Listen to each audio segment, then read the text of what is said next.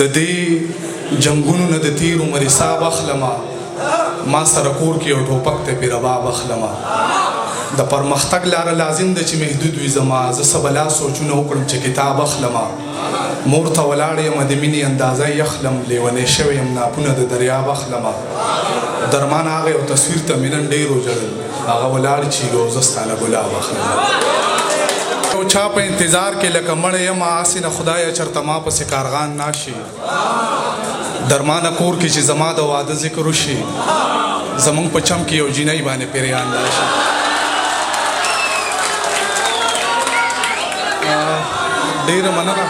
ډیره مننه نیازک خان ته منیر بنیری ته مختار ایران ته د خپلې صوابۍ په خاوره باندې هرکلی وایم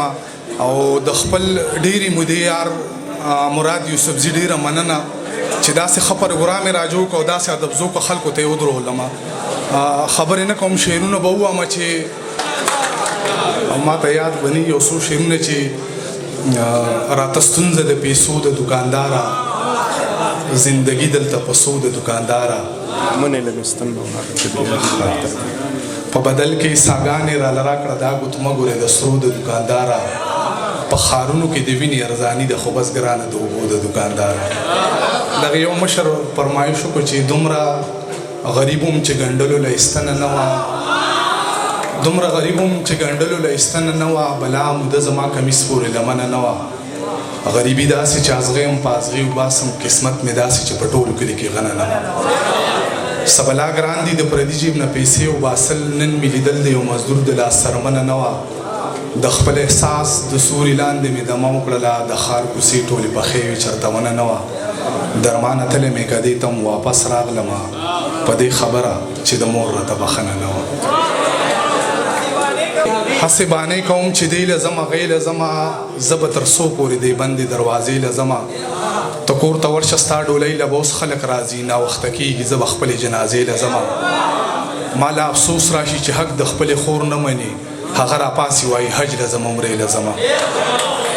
لا علاجه د خپل زړه شي لکه زه وایي زه داسې تشي لکه زه منځ کې ګیر شي د کعبې او د هغې حق حیرانه په مانځه شي لکه زه ایمان راته معلوم دی هم ذات ما ته معلوم دی ایمان راته معلوم دی هم ذات ما ته معلوم دی په دې ښار کې د هر سړي اوقات ما ته معلوم دی خبر یم په تعلق په بیا له داره راکوزیږي ګنې نو هر یو کس د واردات ما ته معلوم دی زړونه وړل د خاک نشینو کار دی د ځان نه ورک سړی نشي وړی انسانیت درمانه دروند بار دی چې هر یو سپک سړی نشي وړی او کلونه شاته د روان شوي ښار منظر وړی وم زه یو ورځ د خپلو اوښکو سمندر وړی وم مونږ ساده خیل او دلته هر سړی دوه مخې سړی خلک اوبه وړل او زه پکې باور وړی وم جوړ راله قلم کړه د ټوپک د دې شپېلۍ پلاره د کنداغ نه راله جوړه که تختۍ جوړ راله قلم کړه د ټوپک د دې شپېلۍ پلاره د کنداغ نه راله جوړه که تختۍ دغه کمربندو نه دې جوړې شي بستې دغه کمربندو نه دې جوړې شي بستې دغه د مورچو خواري دې وشي په ښوونځی